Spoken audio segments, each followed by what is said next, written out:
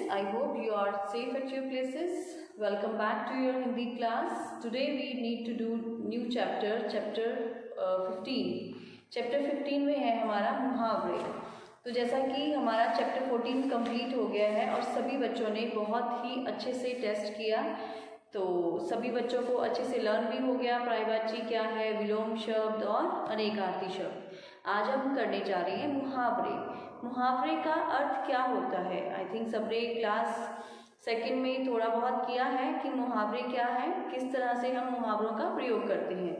यानी कि अपनी भाषा को सुंदर बनाने के लिए हम मुहावरों का प्रयोग करते हैं. जैसे कि ताजमहल को देखते ही विदेशी दांतों तले उंगली दबा लेते हैं. मीन्स ताजमहल को देखकर विदेशी बहुत हैरान हो जाते हैं.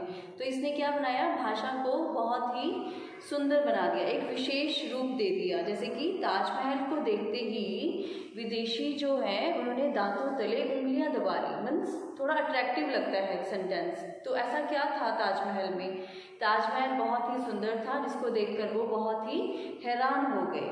इसी तरह से अगला है हमारा, जलेबी और रसगुल्ले देखकर राम के मुंह में पानी भर गया, है ना. एक तो हम बोलते हैं कि वाह बहुत टेस्टी है, मज़ा आ गया, और एक हमने बोला कि खाना बहुत ही स्वादिष्ट है, मुंह में पानी आ गया. तो मुंह में पानी आना मीन्स क्या है, ये एक मुहावरा है ना. तो भाषा को और अट्रैक्टिव बनाने के लिए और सुंदर बनाने के लिए हम मुहावरों का प्रयोग करते हैं. तो चलिए आज हम करते हैं मुहावरे. तो मुहावरे का सबसे पहले डेफिनेशन क्या है? तो मुहावरा है हमारा लेसन नंबर, पार्ट है हमारा ये 15. ठीक है. तो हर चीज़ की, जैसे मैंने आपको बताया कि सभी की एक डेफिनेशन होती है. पहले तो डेफिनेशन क्या है?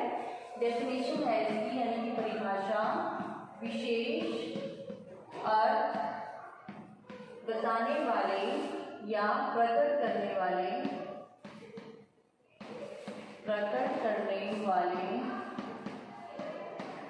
शब्दों को या कथन को मुहावरा कहते हैं.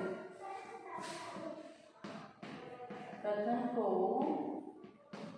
मुहावरा कहते हैं. ठीक है. तो मुहावरा क्या है कि जिससे हमें विशेष अर्थ प्रकट करने वाले कथन का जो एक ज्ञान होता है उसे हम मुहावरा कहते हैं. विशेष अर्थ प्रकट किया किसके अंदर? मुहावरे के अंदर, एक वाक्य के अंदर. तो वो वाक्य क्या हो गया? एक मुहावरा. जैसे कि मुहावरों का एक विशेष अर्थ होता है क्या, कि इससे भाषा जो है बहुत ही सुंदर और प्रभावशाली बन जाती है. ठीक है. तो कुछ मुहावरे, उनके अर्थ वाक्यों में प्रयोग करेंगे हम. तो चलिए स्टार्ट करते हैं. हमारा पहला मुहावरा, अकल का दुश्मन. अब यहाँ देखेंगे हमारा पहला जो है यहाँ पर मुहावरा है अकल का दुश्मन. बहुत ही छोटे से सेंटेंस के अंदर हमने सिर्फ 3 शब्दों में हमने ये सारी बात कह दी. ठीक है. कि वो अकल का दुश्मन है. मतलब क्या है इसका? कि वो मूर्ख है. 1 वर्ड में उसका अर्थ आ गया. उसके बाद हमने बनाना है वाक्य. तो वाक्य क्या है? अरे महेश को तो समझाने का कोई फायदा ही नहीं. व्यर्थ मीन्स कोई फायदा नहीं, वह तो अकल का दुश्मन है. तो समझ आया आपको किस तरह से हम अपनी भाषा को बहुत ही सुंदर तरीके से प्रभावशाली बनाने के लिए जिन शब्दों का, जिन वाक्यों का प्रयोग करते हैं वह मुहावरे कहलाते हैं. तो इसी तरह के कुछ और मुहावरों का ज्ञान प्राप्त करने के लिए हम एक वीडियो देखते हैं. उसके बाद हम करेंगे इसका आगे वाले जो हमारे मुहावरे हैं उनके बारे में हम पढ़ेंगे. ठीक है. तो प्रॉपर आपको रीडिंग करनी है, पेज नंबर 52 ओनली. और अभी एक छोटी सी वीडियो देखते हैं और वीडियो के बाद हम आगे बढ़ेंगे. चलिए देखते हैं वीडियो. नंबर, उनके अर्थ और उनका वाक्यों में प्रयोग. पहले जानते हैं मुहावरे होते क्या हैं. जब कोई वाक्य या वाक्यांश अपने सामान्य अर्थ को छोड़कर किसी विशेष अर्थ को प्रकट करता है तो उसे मुहावरा कहते हैं. ये भाषा को बहुत ही सुंदर और सजीली बनाता है. अब कुछ मुहावरों के अर्थ जानते हैं और उनका वाक्यों में प्रयोग करके देखते हैं और समझते हैं भाषा इनके प्रयोग से कैसे सुंदर और चटपटी बन जाती है. चलो पहले मुहावरे से शुरू करते हैं. अंगूठा दिखाना. इसका अर्थ है इनकार करना. चलो अब इसका वाक्य में प्रयोग करें. जब मैंने अपने मित्र से मदद मांगी तो उसने अंगूठा दिखा दिया। आया ना मजा? चलो अब दूसरे मुहावरे पे चलते हैं। आंखों का तारा, अर्थ है बहुत प्यारा होना। और इसका वाक्य में प्रयोग करें। भगवान राम दशरथ की आंखों के तारे थे। ये मुहावरा तो तुम्हें बच्चों आए दिन सुनना पड़ता है ना? ये है छोटा मुंह बड़ी बात। इसका अर्थ है अपनी हैसियत से बढ़कर बात करना। लो इसे वाक्य में प्रयोग करें। चींटी ने बोला, मैं हाथी को मार दूंगी। उसका ये कहना तो छोटा मुंह बड़ी बात है। अगले मुहावरे की ओर चलते हैं। ये है अक्ल मारी जाना। इसका अर्थ है घबरा जाना। अब इसका वाक्य में प्रयोग करते हैं। प्रश्न पत्र देखते ही मोहन की अक्ल मारी गई। ये तो हम सबके साथ होता है। कब? परीक्षा के वक्त, है ना बच्चों? और अब वो जो इसके बाद होता है, आंखें खुलना। इसका अर्थ है अकल आना, पर हम इसका दूसरे वाक्य में प्रयोग करेंगे। राम को समझाने से कोई फायदा नहीं। जब उसे ठोकर लगेगी तो उसकी आंखें खुल जाएंगी। अगला मुहावरा है हक्का बक्का रहना। अर्थ है चौंक जाना। अब इसका वाक्य में प्रयोग करते हैं। अपने शत्रु को अपने घर पर आया देखकर मान हक्का बक्का रह गया। अब देखें अगला मुहावरा कौन सा है। तस से मस ना होना। इसका अर्थ है परवाह नहीं करना।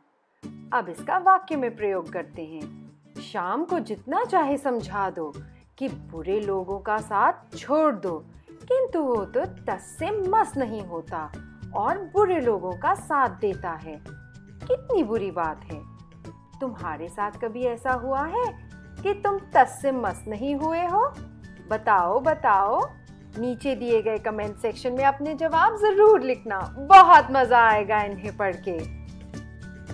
मुहावरे की तरफ रुख करते हैं। धूप में बाल सफेद ना होना। इसका अर्थ है अनुभवी होना। अब इसका वाक्य में प्रयोग करते हैं। देखो मेरा कहना मान लो, मैंने ऐसे ही धूप में बाल सफेद नहीं किए हैं। हमारा अगला मुहावरा बड़ा ही मजेदार है। चोली दामन का साथ। अर्थ है हमेशा साथ साथ रहना। अब इसका वाक्य में प्रयोग करते हैं। राम और श्याम चाहे जितना मर्जी झगड़ा कर लें, फिर भी उनमें चोली दामन का साथ है, क्योंकि वह एक दूसरे के बिना नहीं रह सकते। बोलो, तुम्हारे भी मित्रों के साथ तुम्हारा चोली दामन का साथ है ना? बोलो, है ना? अगर है तो अब उन सभी दोस्तों के नाम नीचे दिए गए कमेंट सेक्शन में लिखो, ताकि हमें भी पता चले आपका चोली दामन का साथ किस किस मित्र के साथ है। अब हमारा अगला मुहावरा, चादर के बाहर पैर पसारना। इसका अर्थ है आय से ज्यादा खर्च करना। अब इसका वाक्य में प्रयोग करते हैं। चादर से बाहर पैर पसारने वाले अक्सर लोग दुखी ही रहते। तो बच्चों अब हम करते हैं कुछ चित्र में मुहावरे। ये देखिए यहाँ पर एक चित्र बना हुआ है, अभी दिखाते हैं। मुहावरा है क्या? ऐसे शब्दों का समूह है जो अपने साधारण अर्थ को छोड़कर किसी विशेष अर्थ को प्रकट करता है। अर्थात जो वाक्यांश अपने सामान्य अर्थ को छोड़कर विशेष अर्थ प्रकट करते हैं, मुहावरे कहलाते हैं। मुहावरों के प्रयोग से भाषा रोचक और प्रभावशाली बन जाती है। अब ये पिक्चर देखो, ऊंट के मुंह में जीरा, अधिक आवश्यकताओं में कम वस्तु मिलना। ठीक है, अगला देखिए, अगला है हमारा जिसकी लाठी उसकी भैंस, शक्तिशाली की विजय होती है। ठीक है, इसी तरह से अगर हम अगला देखें, हमारा अगला है चिराग तले अंधेरा, मतलब दूसरों को उपदेश देने वाला व्यक्ति का अच्छा आचरण ना करना, यानी कि दूसरों को उपदेश देना बहुत आसान है, खुद को देखें पहले। ठीक है, पाँव में बेड़ी पड़ना, यानी बंधन में बंध जाना। ठीक है, तो हमने इसमें क्या था कि पाँव में बेड़ियाँ पड़ गई, मतलब किसी बंधन में बंध गए। इसी तरह से अगर हम अगला देखें, अगला है हमारा तिल का ताड़ बनाना।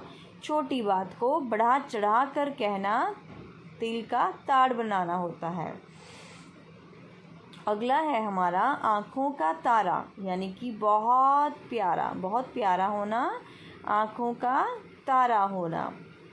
ये हैं हमारे मुहावरों के अर्थ। अगले चित्र में देखें तो गागर में सागर भरना, मतलब कम शब्दों में बड़ी बात को कहना। गागर में हम सागर नहीं भर सकते ना, तो इन्होंने क्या कहा है कि छोटी सी चीज़ को किस तरह से बोला जाता है। मुंह में पानी आना, लोमड़ी क्या कहती है कि किसी चीज़ को देखकर ललचा जाती है और फिर जब वो नहीं खा पाती तो क्या बोलती है, अंगूर खट्टे हैं।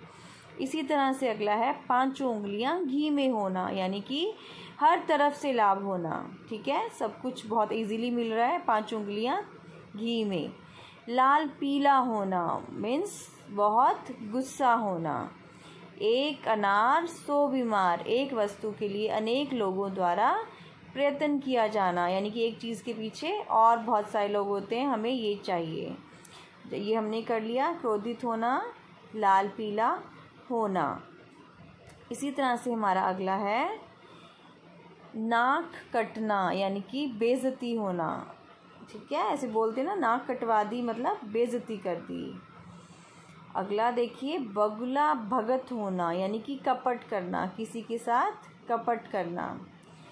नेक्स्ट है हमारा 9 2 11 हो जाना, यानी कि भाग जाना। देखिए जैसे चित्र में लड़की भाग रही है, इसको हम मुहावरे में कैसे बोलेंगे, 9 2 11 होना।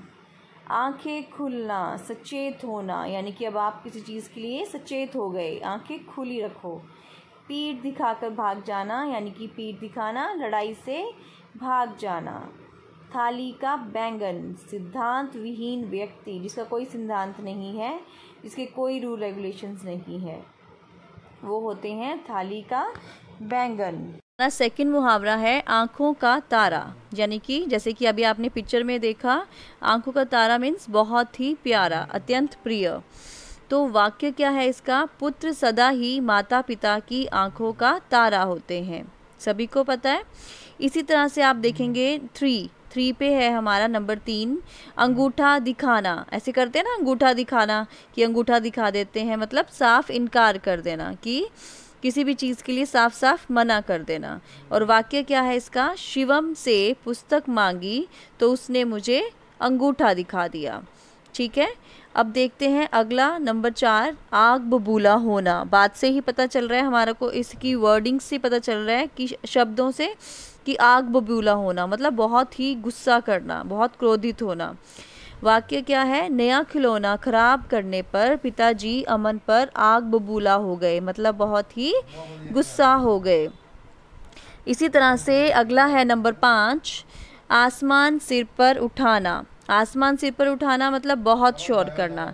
जब टीचर कक्षा में नहीं होता, जब अध्यापक कक्षा से बाहर जाता है, तो बच्चे क्या करते हैं, आसमान सिर पर उठा लेते हैं, है ना। जैसे कि आप भी जब दिखा कि क्लास में कोई नहीं है तो क्या किया, बहुत शोर किया। ये तो हुआ इसका अर्थ।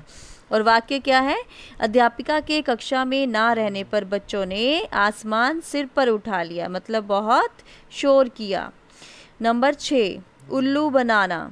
उल्लू बनाना मतलब मूर्ख बनाना, किसी को भी बड़े आराम से मूर्ख बना दिया, उल्लू बना दिया। वाक्य, राम बाबू बहुत चालाक हैं, उसे उल्लू बनाने की भूल मत करना, कि जो बहुत स्मार्ट है, बहुत एक्टिव है, उसे उल्लू नहीं बना सकते, है ना। तो यहाँ पर क्या बनाया इन्होंने इसका वाक्य, कि उल्लू बनाना, मूर्ख बनाना। राम बाबू यानी कि कोई भी, किसी का भी नाम लिख सकते हैं, बहुत ही चालाक है, उसे उल्लू बनाने की भूल मत करना। नंबर 7 है कान भरना, चुगली करना। वाक्य, सोनू मेरे खिलाफ माँ के कान भरता रहता है।